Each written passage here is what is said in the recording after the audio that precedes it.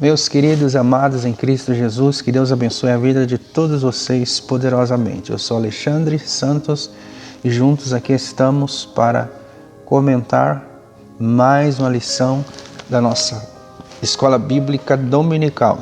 Desta feita estaremos tratando do assunto do diaconato. E eu creio que Deus vai abençoar a nossa vida de uma forma toda especial.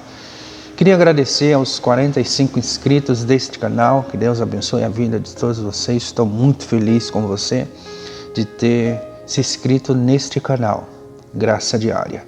E ainda hoje estaremos gravando a nova série, A Esposa do Pastor.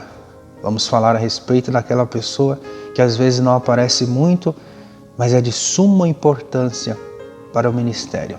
Assim como seu esposo, ela também é essencial, fundamental, porque se não fosse ela, o seu esposo nem estaria aonde está. Então ela é muito importante e a Bíblia vai dizer que ela é muito importante. Então hoje estaremos tratando da primeira série, A Esposa do Pastor. Eu queria que neste momento você parasse um pouquinho e compartilhasse este vídeo. Compartilhe este vídeo com mais 5 pessoas. Faça isso, por favor.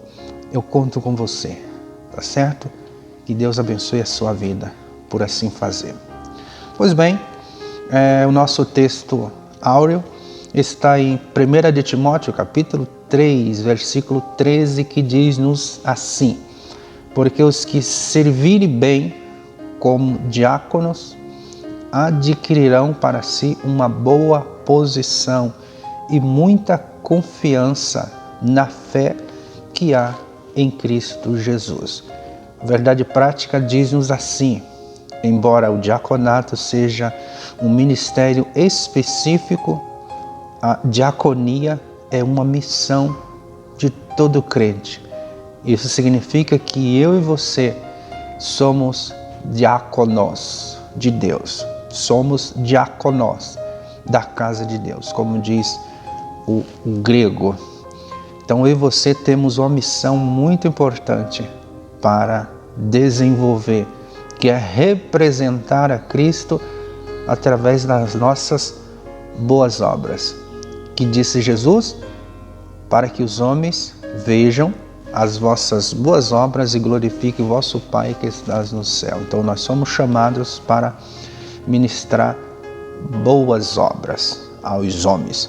A leitura em classe tinha que ser ele, grande homem de Deus, apóstolo Paulo. Está em 1 de Timóteo, capítulo 3, versículos 8 ao 13. A leitura em classe. A nossa introdução diz-nos assim: no primeiro século da era cristã, isso trata-se a respeito da igreja primitiva, a igreja cresceu sob o avivamento do Espírito. Aqui é um comentário a respeito de Atos dos Apóstolos, e quem escreve Atos dos Apóstolos é Lucas. E Lucas dá muita ênfase ao movimento do Espírito Santo, tá bom? Então Lucas, ele dá uma ênfase especial ao movimento do Espírito Santo. Prosseguindo, diz assim a introdução: e expandiu-se pelo mundo na mesma medida que cresceu. Surgiram também problemas na esfera social, demandou urgentes providências. O que é que o comentarista está dizendo? Que a igreja, sob o poder do Espírito Santo, vai crescendo, vai aumentando. E Lucas também dá ênfase ao crescimento da igreja. Só que este crescimento ele é resultado do movimento do Espírito Santo. E vocês sabem, quando vai crescendo a igreja, surge o quê? Surgem os problemas, as dificuldades. Então, se você quer congregar na igreja grande, tranquilo, sem nenhum problema. Mas lembre-se, onde tem povo, tem problema. Onde tem pessoas, tem dificuldades. Então, a igreja, quanto maior, mais problema. Ela vai crescendo, a igreja vai crescendo e vai gerando problemas, vai gerando dificuldade, porque é típico do ser humano. O ser humano é isso, Ser humano é problema, é dificuldade. Então a igreja vai crescendo lá em Atos dos Apóstolos e vai surgindo os problemas. Quais eram esses problemas? Os problemas se davam com as viúvas dos gregos, ou seja, dos gentios, que estavam sendo esquecidas, enquanto as viúvas dos judeus estavam sendo bem cuidadas, bem tratadas. Ou seja, a igreja já vai enfrentar o seu primeiro problema na classe social. Então a igreja precisa se preocupar com a classe social também, com seus projetos sociais, com seu cuidado, principalmente com o meio ambiente. E nisto eu mando um abraço todo especial ao nosso pastor presidente, pastor Carlos, que está com um projeto envolvendo o meio ambiente, um grande projeto, um lindo projeto, que é um projeto de reciclagem. Isso é muito importante. A igreja também é isso. A igreja se preocupa não somente com a alma do ser humano, mas também com o bem-estar do ser humano. Então, meu abraço todo especial ao nosso pastor presidente, pastor Carlos Soares, que tem desenvolvido este projeto social. Prosseguindo a introdução, diz-nos assim. Já começou a aula, tá bom? Por uma sábia e unânime decisão em assembleia, ou seja, ali está Pedro, Tiago e João, que são os líderes da igreja primitiva. A igreja de Jerusalém escolheu 7 homens de moral ilibada e cheios do Espírito Santo. Tem que ser cheios do Espírito Santo para administrar este importante negócio. Conforme Atos capítulo 6, que mais para frente a gente vai falar sobre isso. Versículo 3. Nesta lição, o comentarista está dizendo aqui, estudaremos este importante ministério de serviço que, por causa de uma crise ética na igreja, levou os apóstolos a propor medidas que serviram de base para instituir a função diaconal. Esta, até hoje, faz parte do ministério ordenado pelas igrejas cristãs. Está aí a introdução. A minha introdução eu digo assim: na medida que a igreja cresce, aumentam os problemas nela. Sendo assim, o papel do diácono é de suma importância. Foi assim na igreja primitiva, acabamos de ler, é assim nos dias de hoje. Suas qualidades, as qualidades do diácono, serão percebidas por aqueles que estão dentro ou fora da igreja. Então não tem como escapar. Quando você é bom, quando você tem qualidades, essas qualidades serão vistas dentro ou fora da igreja. E quando você não tem essas qualidades, também serão vistas dentro ou fora da igreja.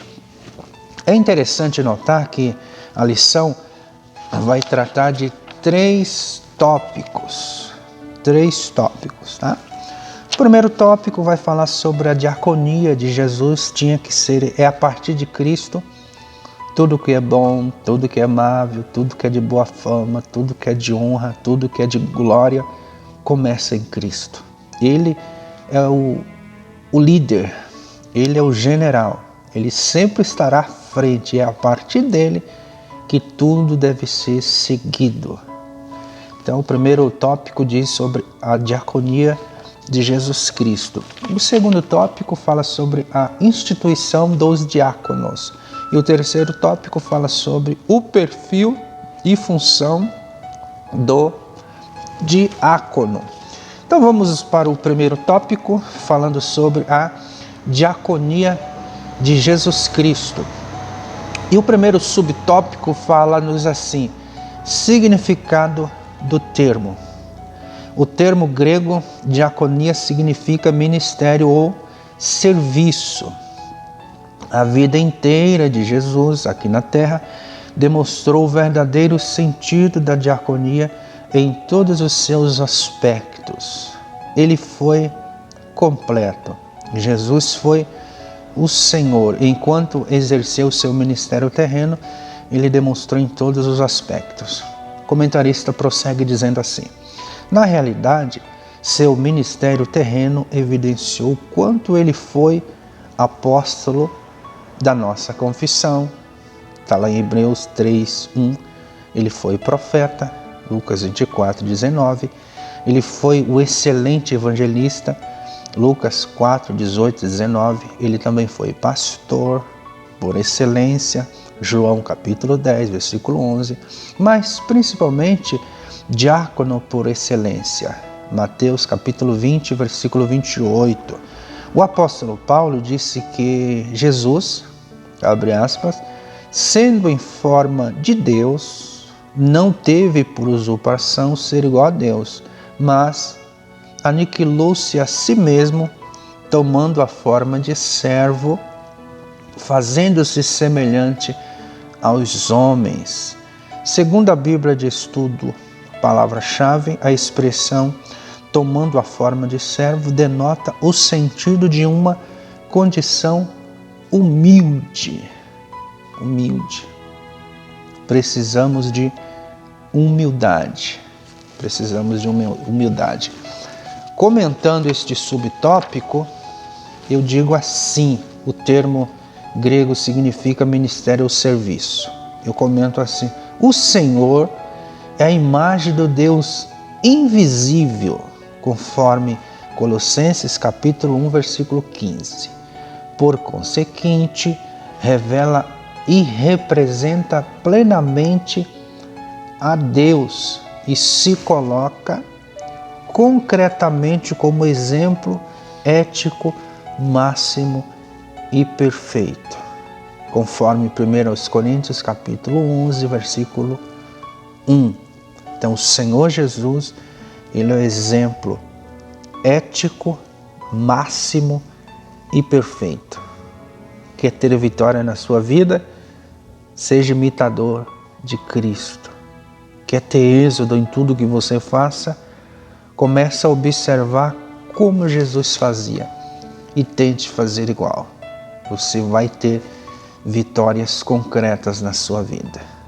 Inclusive vai ter perseguição também, porque o Senhor Jesus passou por grandes perseguições, mas no final vai dar tudo certo. Subtópico 2, fala sobre o serviço de escravo. Escravo, entre aspas. Diz-nos assim: na véspera de sua crucificação, comentarista dizendo, o Senhor Jesus reuniu os seus 12 discípulos, inclusive Judas, para comer a última ceia. Tomando uma toalha e uma bacia com água, ele começou a lavar os pés dos discípulos um a um. Então aqui é o episódio de João capítulo 13, que inclusive o mesmo comentarista já citou em lições anteriores, sobre este grande exemplo do Senhor. Temos o que? Temos um líder que estava cumprindo o serviço de um escravo. Na cultura antiga, diz que quando você chegasse na casa de um conhecido teu, de um parente teu, ele tinha escravo que vinha com a bacia de água, você colocava os pés dentro desta bacia com água e o escravo lavava os teus pés. Devido à poeira, devido ao barro da época, não tinha saneamento como tem hoje, não tinha asfalto como hoje possui, então você caminhava no maior tempo a pé, você caminhava a pé. Então isso gerava o que nos seus pés? Muita poeira, muito pó, muito barro e assim por diante. Então quando você chegava na casa de alguém, esta pessoa tinha escravos à sua disposição que lavavam os seus pés e o enxugava. O que Jesus está dizendo aqui? Ele está dizendo que nós precisamos ser servo um do outro. O que é essa lição? Amor, graça, misericórdia, compaixão, bondade e assim por diante. Aí o comentarista prossegue dizendo assim: não há atitude mais comovente do nosso Senhor como o relato do lava-pés. demonstrando serviço, exemplo e humildade. A diaconia da toalha e da bacia é a convocação cristocêntrica para uma vida de serviço humildade. A humildade é de suma importância na nossa vida. Serviço de escravo, eu comento esse subtópico dizendo assim: sobre o exemplo humilde do Senhor, é bom dizer que a humildade é a virtude que promove a unidade cristã. A humildade é o remédio para os males que atacam a unidade da igreja. A igreja está sob ataque? Falta humildade. A igreja está sob pressão? Falta humildade. Há crentes brigando um com o outro na igreja? Falta humildade. Há pessoas difíceis de frequentar a igreja? Falta humildade dos crentes. Há pessoas que estão zombando dos crentes, dizendo eu não piso naquela igreja? Falta humildade do crente. Há crente que está de mal com outro na igreja? Falta humildade. A igreja precisa rever esses conceitos e entrar com atitudes louváveis e saudáveis diante de Deus. Vamos então para o terceiro subtópico, que fala sobre o discípulo é um serviçal. Diz assim: certa vez Tiago e João pediram ao Senhor lugares de destaque, um à direita e outro à esquerda. Estavam brigando, querendo saber se o Senhor permitia que um ficasse à direita, outro à esquerda dele, lá na glória, lá no céu, quando na implantação do seu reino. Os discípulos ainda não haviam compreendido a mensagem de Jesus. Eles não haviam entendido ainda qual que era a principal mensagem de Jesus. E você pode aí perguntar, mas qual que é a principal mensagem de Jesus? Qual que é? Que tipo de mensagem Jesus pregava? Que tipo de palavra o Senhor anunciava? Vamos deixar isso por conta de Mateus, capítulo 5. Mateus, capítulo 5, vai dizer que tipo de mensagem Jesus pregava, que era uma mensagem bem diferente que a gente escuta muitas das vezes por aí. Diz assim, capítulo 5 de Mateus: E Jesus, vendo a multidão, subiu a um monte e, assentando-se, ensinava sentado. Aproximaram-se dele os seus discípulos e, abrindo a sua boca, os ensinava, dizendo: Bem-aventurados os pobres em espírito, porque deles é o reino dos céus. Bem-aventurados os que choram, porque eles serão consolados. Bem-aventurados os mansos, porque eles herdarão a terra. Bem-aventurados que têm fome e sede de justiça, porque eles serão fartos. Bem-aventurados os misericordiosos, porque alcançarão misericórdia. Bem-aventurados os limpos de coração, porque eles verão a Deus. Bem-aventurados os pacificadores, porque eles serão chamados filhos de Deus. Bem-aventurados que sofrem perseguição por causa da justiça, porque deles é o reino dos céus. Bem-aventurados sois vós, quando vos injuriarem e perseguirem e mentindo disserem todo mal contra vós por minha causa. Exultai-vos e alegrai-vos, porque grande é o vosso galardão nos céus, porque assim perseguiram os profetas que foram antes de vós. Que a mensagem boa está aqui. A principal mensagem do Senhor Jesus é esta. Prosseguindo, o subtópico 3 do tópico 1 fala sobre aqui, já no finalzinho, já diz assim: porque o Filho do Homem também não veio para ser servido, mas para servir e dar a sua vida em resgate de muitos. Aqui são as próprias palavras do Senhor. Tá? Então, diante de Deus não tem maior, não tem menor. Diante de Deus, tanto o porteiro como o pastor da igreja são iguais diante de Deus. Tá? é preciso ter humildade. Eu digo assim, o verdadeiro homem de Deus, entretanto, busca a aprovação de seu Senhor e não a adulação da multidão. Cuide de não ser exaltado mais do que se deve, para que não se transforme em nada. Preciso cuidar e muito. Passaremos agora para os tópico 2 e vamos ver então o subtópico 1 do tópico 2. O tópico 2 fala sobre a instituição dos diáconos, o conceito da função. A palavra diácono no grego significa diákonos. O diákonos, segundo o dicionário Vini, refere-se àquele que presta trabalhos voluntários, aludindo aos exemplos dos criados domésticos dos tempos do Novo Testamento. Tá? É um serviço voluntário, mas a igreja também precisa reconhecer esse serviço voluntário, que muitas das vezes o diácono está desempregado, com a conta de água, com a conta de luz. Acho que não custa nada a igreja olhar para essa situação, é voluntário, mas nós não devemos deixar os nossos irmãos perecerem. Prosseguindo, diz-nos assim: portanto, a igreja preponderante que a função do diácono remonta é a do serviço voluntário prestado pelo ministro, o servo ou assistente para alguém.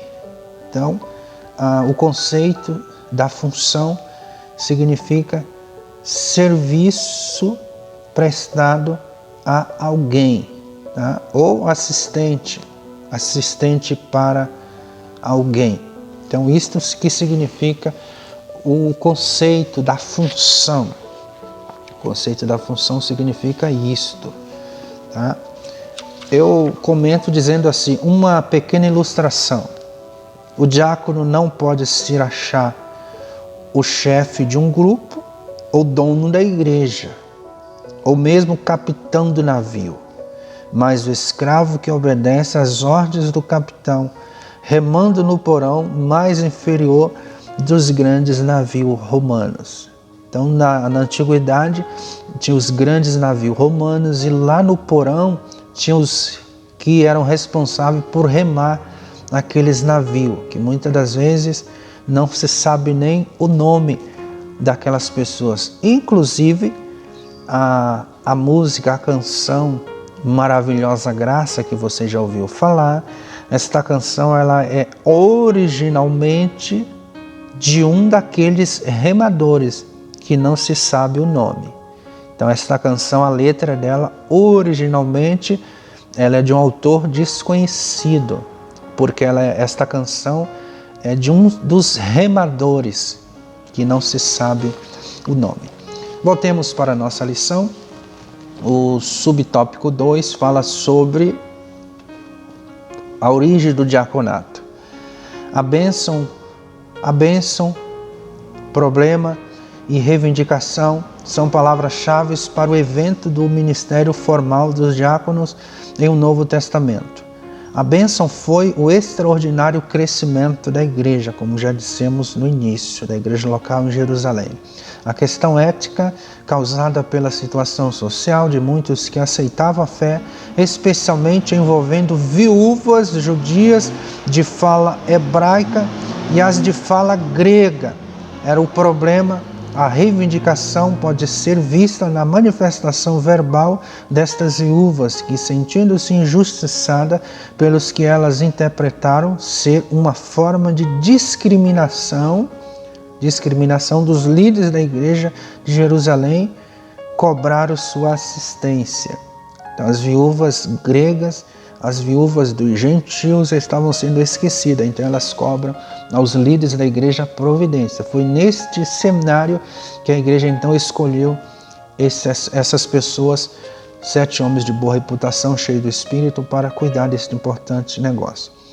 Eu digo assim, o diácono é despenseiro, ou seja, aquele que toma conta da casa do seu Senhor.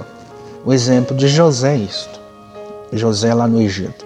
Em relação ao dono da casa, José ele era escravo.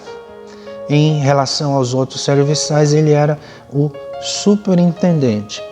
Então, ora o diácono é escravo, ora ele é um superintendente, dependendo do contexto. Mas isso tudo de forma equilibrada.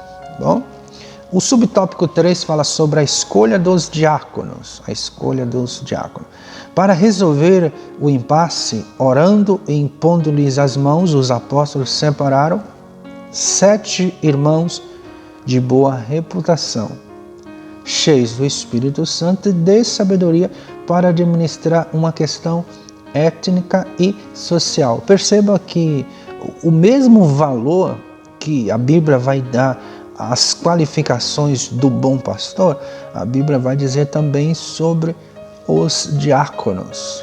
Então não há diferença entre ética, entre postura, entre requisitos bíblicos para um pastor e para um diácono. A postura é a mesma. As qualificações são as mesmas. Não? Tem pessoas que pensam porque é diácono, ele não tem responsabilidades bíblicas. Tem. A mesma que o pastor tem, o diácono deve ter também. Tá? Foi uma decisão de caráter pacificador e de muito bom senso para a igreja não se perder em permanentes desentendimentos.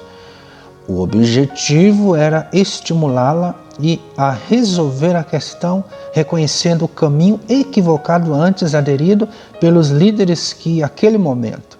Assim, eles puderam executar as mudanças necessárias e resolveram uma questão que poderia trazer sérios problemas para a igreja de Jerusalém. Se continuasse nessa situação das viúvas dos gentios serem esquecidas, ia dar grande problema, ia dar um racha na igreja, ia dar divisão na igreja, porque estavam se preocupando com uma parte e com a outra estavam deixando de lado.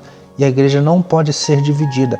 A igreja tem que remar em direção ao porto seguro, que é Cristo Jesus, o nosso Senhor.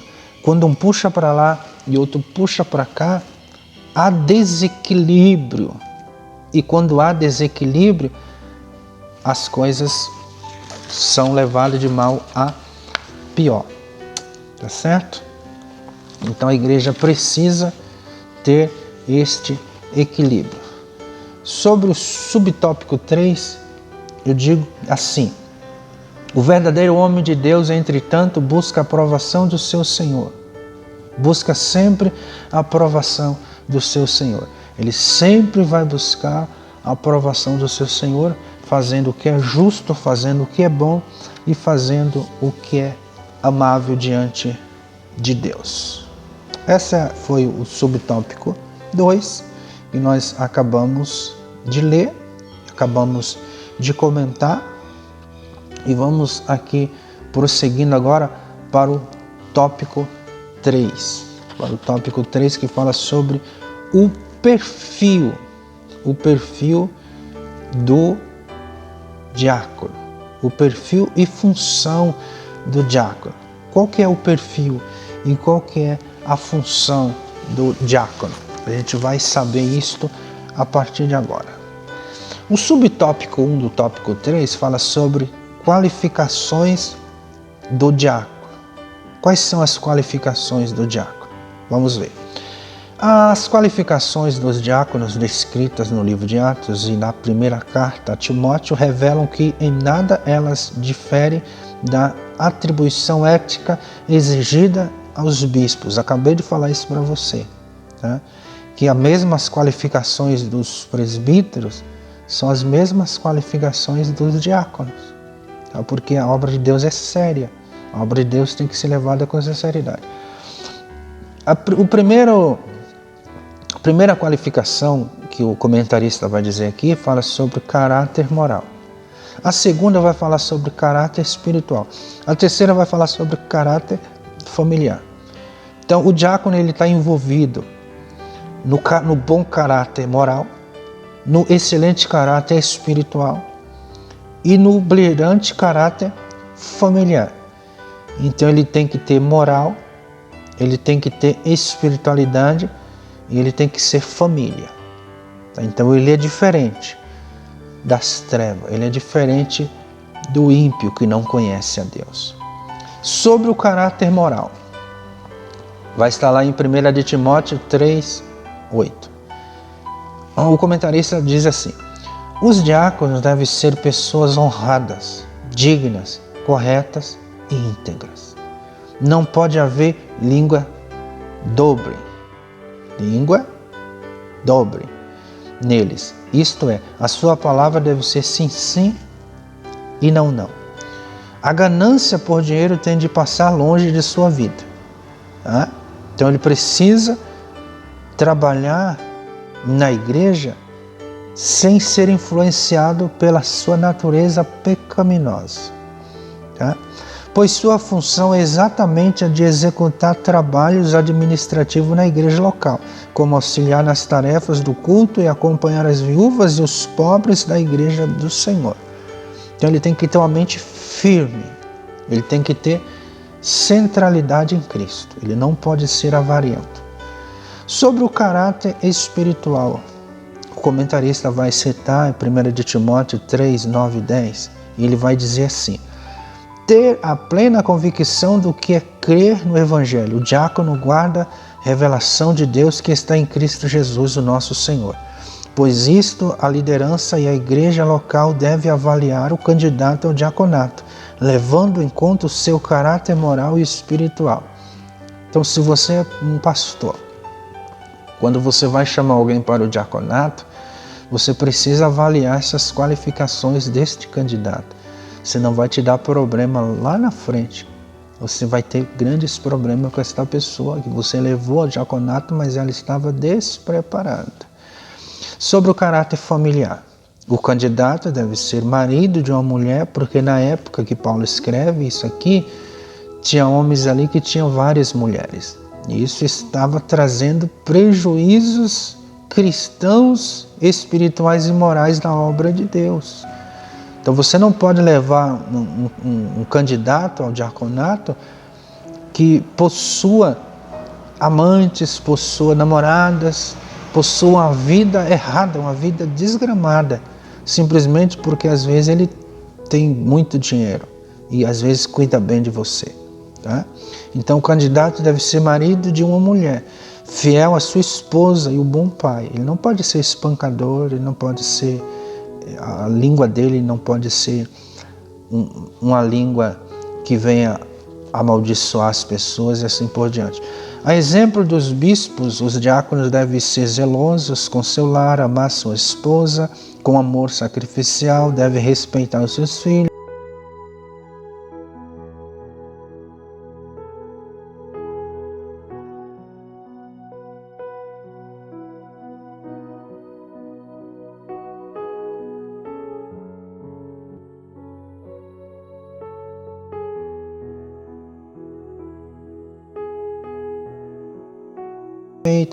O serviço da diaconia, o serviço da diaconia à sua família revelará como ele servirá a igreja local. Tá? Estas são as qualificações do diácono. A função dos diáconos, subtópico 2, a função de diácono conforme Atos capítulo 6. Quais serão a função do diácono? Diz assim: quando foram instituídos diáconos, 7 homens de fala grega foram separados para assistir socialmente às viúvas, tanto as de fala hebraica como as de fala grega. Os diáconos não podiam permitir que houvesse injustiça de caráter social na igreja do primeiro século. Então, a função do diácono era fundamentalmente de caráter social. Então, o diácono precisa se preocupar com o meio social. Ele precisa estar atento quando alguém precisa de um alimento, quando alguém precisa pagar uma conta de água, uma conta de luz e assim por diante. Porque a manutenção na igreja, de acordo com a Bíblia, é justamente para isso, para ajudar os necessitados. O subtópico 3 fala sobre a função dos diáconos de hoje. Aqui o comentarista já está concluindo a sua apresentação. A função dos diáconos hoje. Atualmente, a função primordial dos diáconos é auxiliar a igreja local através das orientações do seu pastor em atividades ligadas a visitar os enfermos. Então, o diácono precisa visitar os enfermos, os necessitados e os desviados, bem como cuidar das tarefas espirituais ligadas ao culto, como a distribuir os elementos da ceia do Senhor, recolher as contribuições para a manutenção da igreja local, entre elas dízimos e ofertas, e auxiliar na ordem e na segurança da liturgia do culto, bem como de outras tarefas já mencionadas. Então, por isso que a função exige bastante da pessoa, porque se não for uma pessoa de Deus, não tem como cumprir com o que o comentarista está dizendo aqui. Ele não está dizendo de si mesmo, ele está repetindo o que diz a palavra de Deus. Então, para ser um diácono, a pessoa tem que ser qualificado por Deus, tem que ter essas qualificações de acordo com a Bíblia, a palavra do Senhor. O diácono precisa demonstrar firmeza no propósito de servir a Deus e ao seu povo com amor e responsabilidade. Sobre a função do diácono hoje, eu digo que o diácono é um homem íntegro na palavra, ele é um homem que ama, ensina e vive a verdade. Sua palavra é sim, sim, não, não. Ele não mente, não dissimula, nem negocia princípios absolutos. Ele tem um chamado e faz questão de honrar esse chamado. Vamos para a conclusão da nossa revista, que diz assim: o diaconato foi instituído pelos apóstolos de Cristo, quando a comunidade cristã cresceu e precisou ter pessoas que pudessem resolver questões relacionadas a problemas sociais que demandavam atenção e cuidado. Hoje, os diáconos servem à igreja e a Deus em trabalhos diferentes, e a liderança das igrejas locais deve valorizar o seu trabalho e reconhecê-los como os excelentes servidores do reino de Deus, pois no sentido lato, todos somos diáconos da igreja de Deus. Eu e você somos os diáconos desta última hora. Que Deus te abençoe poderosamente. Caso queira entrar em contato conosco, deixe aí nos comentários. Se tiver alguma dúvida, deixe nos comentários que estaremos prontos a te responder. Que Deus abençoe a vida de todos vocês.